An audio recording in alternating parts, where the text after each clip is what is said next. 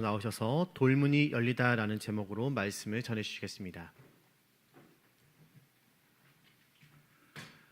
부활의 아침에 이 말씀을 듣는 가운데 나를 위해 죽으시고 부활하신 주님을 만나는 행복한 시간 되시기를 주님의 이름으로 축원드립니다.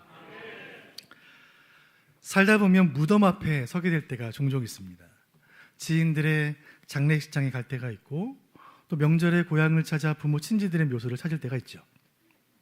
저는 제가 수원 사역을 시작하기 전에 국립 현충원 가까이 살았었는데, 현충원에 가면 나라를 위해 이름도 없이 빛도 없이 산하여간 순국 선열들을 생각하면 나라 사랑에 대해 생각하게 되는 것을 기억하게 됩니다. 또 양화진 선교사 묘역에 가면 조선 땅에 하나의 복음의 씨앗으로 뿌려진 선교사들의 헌신이 느껴지는 것이죠. 그래서 전도서는 이렇게 말합니다. 전도서 7장 2절 제가 읽어드릴게요. 초상집에 가는 것이 잔치집에 가는 것보다 나으니 모든 사람의 끝이 이와 같이 됨이라 산자는 이것을 그의 마음에 둘지어다. 전도사님을 말씀하시기를 초상집에 가는 것이 잔치집에 가는 것보다 낫다. 왜 이렇게 말할까요? 초상집이 전하는 특별한 메시지가 있기 때문입니다. 무덤 앞에 서면 우리는 삶과 죽음의 의미를 진지하게 생각하게 되기 때문이에요. 무덤 앞에서 우리의 마음이 숙연해지고 우리가 침묵하게 되고 우리의 말수가 적어지고 우리가 경건해지는 것은 무덤은 누구에게도 예외가 없고 누구도 피할 수 없는 우리 인생의 종착역이기 때문이 아닐까요? 여기 예수님 무덤 앞에서 애도하거나 침묵하거나 고요해하지 않고 오히려 뭔가 예민하고 뭔가 분주한 사람들이 있습니다. 예수님 무덤 앞에선 이들에게는 불안한 마음이 있었어요. 예수님 하신 그 말씀 때문입니다. 내가 사흘 후에 다시 살아나리라. 이 말이 마음에 걸렸던 로마 총독 빌라도는 경비병에게 명하여 돌을 임몽하고 무덤 앞을 굳게 지키도록 명합니다. 그렇게 안식일이 지나고 다음날 새벽이 되었습니다. 28장 1절 말씀 같이 보시죠. 시작. 안식일이 다 지나고 안식 후 첫날이 되려는 새벽에 막달라 마리아와 다른 마리아가 무덤을 보려고 갔더니 아멘. 그 새벽은 너무나 고요한 새벽이었습니다. 지난 3년간 예수님의 공생애가 일으킨 파장은 대단하지 않았습니까? 베들레헴 마국간에서 시작된 이 조용한 이야기는 무수한 기적과 수많은 증인들을 통하여 마치 강풍을 타고 온 산으로 번지는 산불처럼 온 땅 곳곳으로 예수님의 소식이 퍼져나가는 거예요. 심장을 요동치게 하는 강력한 메시지와 또 보고도 믿을 수 없는 놀라운 기적들, 악한 영은 떠나가고 무너진 인생들이 치유받는 그 많은 증거들, 공생의 3년 동안 폭풍처럼 몰아쳤던 그 모든 역사가 다 끝나고 우리 주님 십자가에 숨을 거두시고 사흘째 되던 날 그 새벽, 그 무덤 앞은 너무나 고요한 거예요. 마치 화려했던 큰 공연이 끝난 것처럼, 마치 대단했던 스포츠 경기가 끝난 것처럼 무대 조명은 꺼지고 음악은 그치고 사람들은 돌아가고 극장 문이 굳게 닫힌 것처럼 돌문으로 굳게 닫힌 예수님의 무덤 앞이 오늘 보면 마가복음 16장의 배경입니다. 오늘 예수님의 무덤을 가로막고 있는 이 거대한 돌문 앞에서 오늘의 이 이야기는 시작이 됩니다. 그 새벽 주님의 무덤 앞을 막고 있던 그 돌문을 통해 주시는 세 가지의 주님의 메시지를 살피면서 오늘 2023년 부활절에 나에게 주시는 주님의 음성을 듣기를 원해요. 이른 새벽의 여인들은 예수님의 몸에 시신의 향유를 바르기 위해 무덤을 향해 가고 있었습니다. 여인들의 걱정은 그 무덤을 막고 있는 큰 돌문을 어떻게 옮길 수 있을까 하는 것이었습니다. 16장 3절에 이렇게 말하죠. 같이 읽어보겠습니다. 시작. 서로 말하되 누가 우리를 위하여 무덤문에서 돌을 굴려주리요 하더니 아멘. 자, 여인들의 이 대화 가운데 닫힌 무덤 돌문을 통해 주시는 이 말씀의 첫 번째 교훈이 있습니다. 그것은 돌문은 열리지 않는다는 거예요. 같이 읽어보겠습니다. 시작. 돌문은 열리지 않는다. 누가 돌문을 굴려주리오? 이 고민은 여인들만의 고민이 아니었습니다. 오랜 역사를 가진 모든 인류의 고민이었죠. 인류가 행복을 향해 나아가는 그 길에 큰 돌문이 막아서고 있으니 누가 저 돌문을 굴려내고 우리 모든 인류를 행복의 나라 유토피아로 인도할 수 있을까? 수많은 철학자들, 수많은 정치인들, 수많은 과학자들이 저마다 머리를 싸매고 이론을 발표하고 저마다 해답을 제시했지만 수천 년, 수만 년 인류 역사 가운데 이 문제는 여전히 풀리지 않는 문제로 남아 있었습니다. 그 새벽 굳게 닫힌 돌문 앞은 고요했어요. 그 무덤 앞은 세상의 모든 소리가 고요해지는 곳이었습니다. 예수님을 향한 비난도, 종려나무를 흔들던 그 호산나의 외침도, 십자가에 못 박으라는 그런 환호도, 또 예수님을 부인하던 베드로의 목소리도, 허공을 가리던 채찍 소리도, 로마 군병의 망치질 소리도 더 이상 들리지 않는 거예요. 이 무덤에 대한 신학적 의미가 있어요.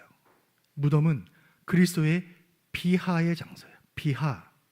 이 비하라는 말은 낮아지심이라는 뜻입니다.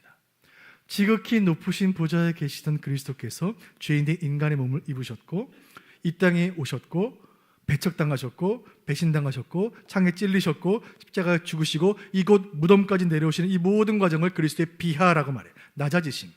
그리고 무덤에서 부활하시고 제자들을 만나 사명을 주시고 승천하시고 보좌 우편에 앉으시고 마침내 재림주로 다시 오시는 모든 과정, 이 과정을 승귀라고 말해요. 비하와 승귀, 그 중심에 무덤이 있는 거예요. 기독교 신앙의 최대 신비가 그리스도의 무덤입니다.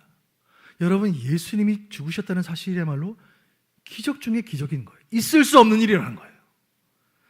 여러분, 부활보다 더 큰 기적은 지금 전능자여 창조주 되시며 생명의 주관자신 예수님의 시신이 저 돌무덤 안에 있다는 사실이에요. 있을 수 없는 일이에요. 무덤에 대한 영적인 의미가 있죠. 이 무덤은 본래 누구의 무덤입니까? 여러분, 그 무덤은 누구의 무덤이에요? 그 무덤 돌문 뒤에 있어야 할 시신은 누구의 시신입니까? 그 무덤은 우리의 무덤이요, 그 무덤에 있어야 할 시신은 바로 저의 시신이요, 여러분의 시신이 아닙니까? 이 예수님의 장례식에서 우리는 상주가 아니고 조문객이 아니고 망자 자신이 아닙니까? 여기 더 깊이 묵상할 것이 있습니다. 우리가 죽어도 우리의 죄의 문제는 해결되지 않아요. 죽어도 해결되지 않아요. 우리가 아무리 채찍에 맞아도 우리의 죄는 사라지지 않아요. 우리가 십자가에 못 박혀서 물과 피를 다 쏟고 우리가 십자가에 달려 죽어도 지옥 갈 우리 운명이 바뀌지 않아요. 이 새벽 저 굳게 닫힌 돌문은 완전히 타락함으로, 그래서 스스로는 구원할 수 없는 우리 인간의 실존이며, 그 돌문은 인간이 어떤 노력으로도 어떤 지식으로도 어떤 과학으로도 아무리 애쓰고 아무리 매달리고 아무리 힘을 써도 꿈쩍하지 않는 우리 인생의 모든 문제들입니다. 그것이 돌문이에요. 그 돌문이 주는 두 번째 교훈이 있어요. 그것은 그 움직일 수 없는 그 거대한 돌문 앞에 모든 인류가 서 있다는 사실이에요. 같이 읽어보겠습니다. 시작. 모든 인류는 돌문 앞에 서 있다. 그 돌문의 형상에 대해 본문 4절 하반절에 이렇게 말합니다. 제가 읽어드리겠습니다. 그 돌이 심히 크더라. extremely large. 엄청나게 컸다. 너무너무 컸다는 말이에요. 거대했다는 말이에요. 그 새벽 주님의 무덤 앞 그 거대한 돌문 앞에는 다양한 사람들이 있었습니다. 먼저 그곳에는 종교인들이 있었어요. 저 나사렛 출신의 그 위협적인 랍비를 이제 우리가 제거했다라고 통쾌해하던 유대교 지도자들, 바리새인들, 서기관들이 있었습니다. 또 예수를 죽여 그 예루살렘 성전에 자신들의 영적인 권위를 지켰다고 생각했던 타락한 제사장들이 돌문 앞에 있었어요. 그뿐입니까? 그 돌문 앞에는 정치인들이 있었습니다. 예수를 처형시킴으로 이 로마 식민지의 반란의 불씨를 초기에 진압했다고 믿었던 로마 총독이 있었고, 그 무덤을 굳게 지키면 다른 불상사를 막을 수 있을 것이라 생각했던 로마 군인들도 있었습니다. 그런가 하면 그 돌문 앞에는 신실한 사람들도 있었습니다. 예수님 끝까지 따랐고 끝까지 믿었고 십자가 곁을 끝까지 지켰고 주의 죽으심을 애통해하며 그 시신이라도 잘 섬기고 싶어 했던 순수한 여인들이 그 돌문 앞에 있었고, 그리고 주님이 죽으셨으니 이 시간 내가 주를 위해 할 수 있는 일은 장례를 잘 치러드리는 일이라 생각하여 자신의 무덤을 주님께 드린 아리마대 요셉도 그곳에 있었습니다. 모든 시대, 모든 인류는 그 돌문 앞에 서 있는 거예요. 그리고 모든 인류는 그 무덤을 향해 걸어가고 있습니다. 무덤을 향해 걸어가는 거예요. 현대의 의학을 통해 죽음의 때를 조금 늦출 수는 있겠고, 아름다운 예술을 통해 죽음의 공포를 잠시 잊을 수는 있겠지만, 인간은 죽음을 극복할 수 없습니다. 죽음은 창조주께서 정한 법칙이요, 창조주와 피조물 사이의 경계입니다. 이 돌문은 산자와 죽은 자의 경계요, 사망과 죽음의 경계요, 천국과 지옥의 경계예요. 누구나 그 앞에 서 있지만 누구도 열 수 없는 그 견고한 큰 돌문 앞에 모든 인류가 서 있는 것입니다. 그리고 그 돌문이 그 부활의 아침에, 그 새벽에 드디어 열리게 됩니다. 오늘 돌문을 통해 주시는 세 번째 교훈이 여기 있습니다. 주님만이 돌문을 여신다. 아멘. 같이 읽어보겠습니다. 시작.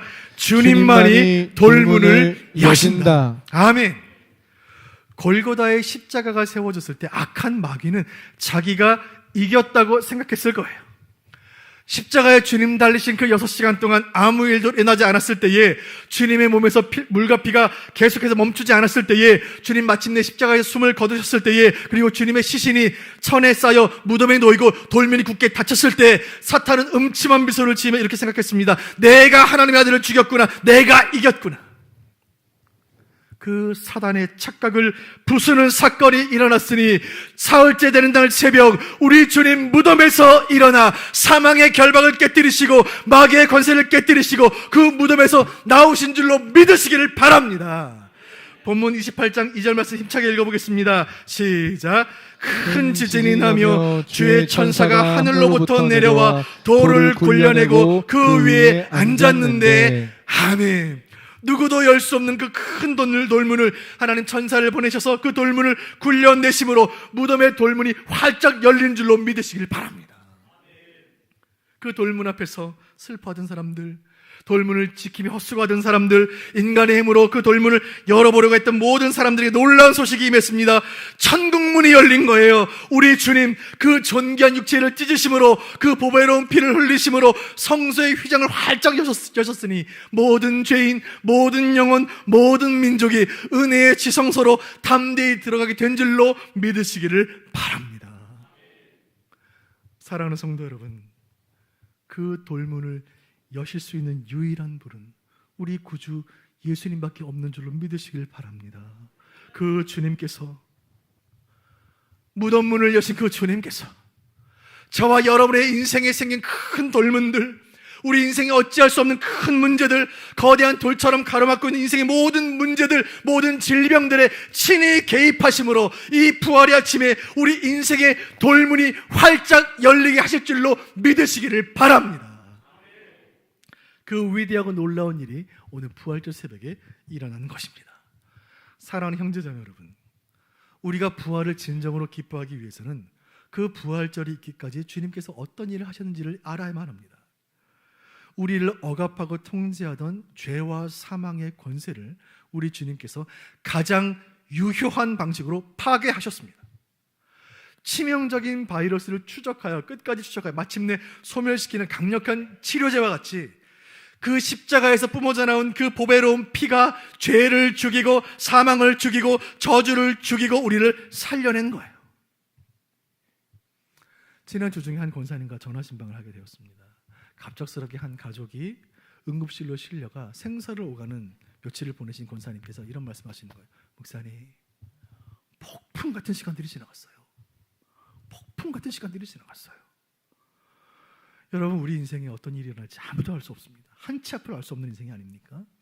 여러분들의 일주일은 어떠셨어요? 여러분의 인생이 얼마나 고단했는지와 상관이 없이, 여러분의 삶이 어떠한지와 상관이 없이 굳게 닫혔던 그 무덤문이 열렸다는 이 한 가지 사실로 인하여 우리 영혼이 기뻐 춤을 추시기를 주님의 이름으로 축원드립니다. 부활의 아침에 우리가 기뻐해야 하는 이유가 여기 있습니다. 주님께서 무덤문을 여신다. 모든 인류에 대한 문제의 그 해답이 여기 있습니다. 주님만이 돌문을 여신다. 간절히 바라는 것은 굳게 닫힌 돌문과 같은 우리 인생의 모든 문제들을 주님께서 활짝 열어주시기를 간절히 바랍니다. 특별히 우리 육체의 연약한 부분들, 우리 건강이 막혀있는 모든 것들, 우리 안에 죽어있는 모든 것들이 이 아침에 주님과 함께 다시 살아나는 큰 은혜 주시기를 간절히 소원합니다. 지난 한 주간 우리 교회는 고난주간 새벽기도를 함께하며 많은 성도들이 함께 새벽에 나와서 고난주간 새벽기도를 함께했습니다. 특별히 그 시간 가운데 고난주간 묵상집을 통하여 십자가의 유산이라는 주제로 우리 한국교회 초기 목회자들의 설교를 나누면서 함께 은혜를 받는 시간들을 가졌습니다. 우리 사진 한번 보여주실까요? 김익두 목사님, 또 손양원 목사님, 주기철 목사님 등등 구한말, 대한제국, 일제강점기, 또 한국전쟁의 그 소용돌이 속에서 출생하신 분들, 우리 민족 5,000년 역사에 힘든 시간이 많았지만 어쩌면 가장 힘들었던 그때에 태어나 고난받는 성도들을 말씀으로 위로하고 목회하시다가 순교의 제물로 드려진 그 목사님들의 삶을 돌아보며 이 목사님들의 후배 목회자로서 제 마음에 울컥하는 감동과 큰 부끄러움과 도전이 있었습니다. 제가 말씀 함께 나누면서 제 마음에 들었던 생각이 한 가지가 있었습니다. 야, 이런 삶이 어떻게 가능했을까? 어떻게 총뿌리 앞에서 신앙을 고백할 수 있었을까? 어떻게 총살당하면서 주님을 찬양할 수 있었을까? 어떻게 신앙 때문에 목숨을 버릴 수 있었을까? 부활의 아침에 우리는 그에 대한 해답을 얻게 되는 것입니다. 아, 그렇구나. 우리 목사님들은 예수 부활을 진짜 믿었구나. 진짜 부활을 믿었구나. 사람이 죽어도 다시 산다는 사실을 진짜 믿었구나. 진짜 부활의 신앙이 있었구나.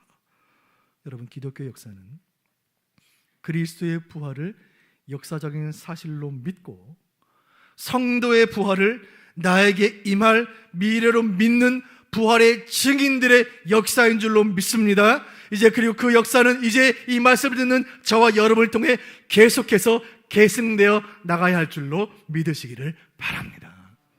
오늘 말씀의 모든 결론을 이 한 문장으로 함께 정리해 보기를 원합니다. 함께 읽어보겠습니다. 시작.